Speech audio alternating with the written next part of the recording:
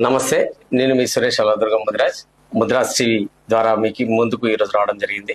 మార్చి 24, 2026 నాడు గౌరవ సుప్రీంకోర్టు ఒక తీర్పు వెలువరించడం జరిగింది.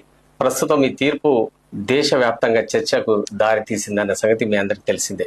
మన ఆంధ్రప్రదేశ్లోని బాపట్ల జిల్లాలోని కొత్తపాలెం అనే గ్రామంలో చింతాడ ఆనంద్ అనే వ్యక్తి ఒక జనవరి 24వ తేదీన ఆదివారం రోజున ఒక ఇంట్లో ప్రార్థనలు ముగించుకొని వస్తున్న సందర్భంలో ఒక 6 మంది రెడ్డి వర్గానికి చెందిన వ్యక్తులు వారితో పాటు మరో కొంతమంది కలిసి అతని మీద దాడి చేయడం, కులం పేరుతో దూషించడం జరిగిందని ఆ వ్యక్తి స్థానిక పోలీస్ స్టేషన్ లో ఫిర్యాదు చేయడం జరిగింది. ఎస్సీ ఎస్టీ రక్షణ చట్టం కింద తనకు రక్షణ కల్పించాలని చెప్పి అట్రాసిటీ కేసు అంటే అంటరాని తరం అనే దానిపైన కేసు వేయడం అనేది జరిగింది.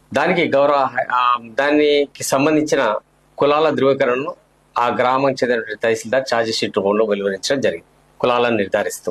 తద గౌరవ హైకోర్టు ఒక మతంలోకి మారిన వ్యక్తులు అంటే సిక్కులు బౌద్ధులు తప్ప అన్య మతాల్లోకి ఎవరు మారినా కూడా ఈ హిందూ మతంలో కల్పించబడ్డ రక్షణలు ఏవైతున్నాయో, హక్కులు ఏవైతున్నాయో, రిజర్వేషన్లు ఏవైతున్నాయో వాళ్ళకు వర్తించమని చెప్పి తీర్పు వెలువరించడం జరిగింది.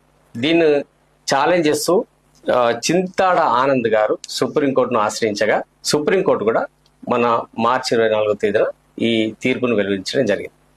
ఇక్కడ తను పెట్టిన కేసు ఏంది? చింతాడ ఆనంద్ అంటే తనను కులం పేరుతో దూషించినారు, అతను ఇతర మత అంటే క్రైస్తవ మత ప్రచారకునిగా పనిచేస్తున్నాడు అనేది రెస్పాండెంట్స్ యొక్క